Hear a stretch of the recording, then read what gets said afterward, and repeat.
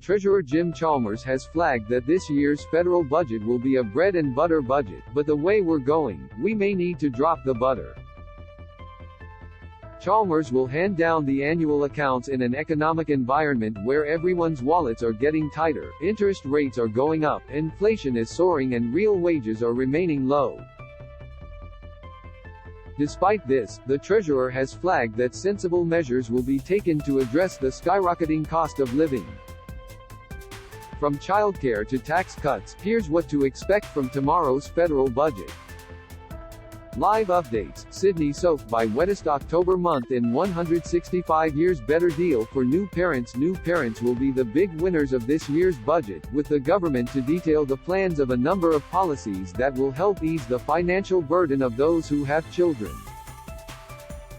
The paid parental leave scheme, which currently offers 18 weeks at the same rate of the minimum wage, will be expanded to 26 weeks, or a full 6 months. According to the government, the idea is that parents who have more time to equally care for their children raise more productive children, which benefits the economy in the long run.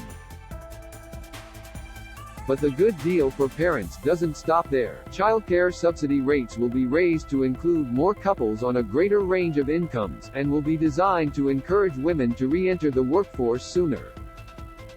The kicker is, we don't know exactly how much that will cost, until tomorrow.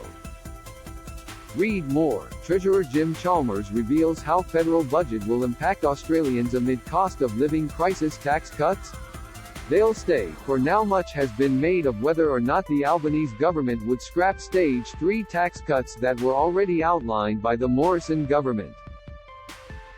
After some back and forth, and some very carefully worded interview responses, the Prime Minister ruled out scrapping the tax cuts, which are estimated to cost the national purse more than $254 billion. While that's a win for some, many have argued that the $254 billion could be much better spent on communities vulnerable to high inflation. Read more. Glittering rock found in gemfields turns out to be rare monster gem fuel excise, one-off payments. Forget about the sweeteners. Groceries are expensive, rent and mortgage payments are soaring, and you need to sell your firstborn to even look at the price of premium petrol. Life in Australia is costly right now. But don't expect tomorrow's federal budget to be a sugar hit to your hip pocket. Treasurer Jim Chalmers has ruled out bringing back the fuel excise cut or injecting cash payments into everybody's bank accounts. His reasoning for this is simple: if everybody was suddenly richer overnight, that would only contribute to our inflation rate. Read more. Motorists told to fill up while they can with petrol prices to soar today. Pensioners, job seekers to receive boost. Those receiving a government pension, such as retirees and job seekers, will see their average payments rise as indexation of welfare payments comes into effect. Indexation is designed to rise at the same rate as inflation, hopefully negating the worst cost of living hikes which impact vulnerable communities the most.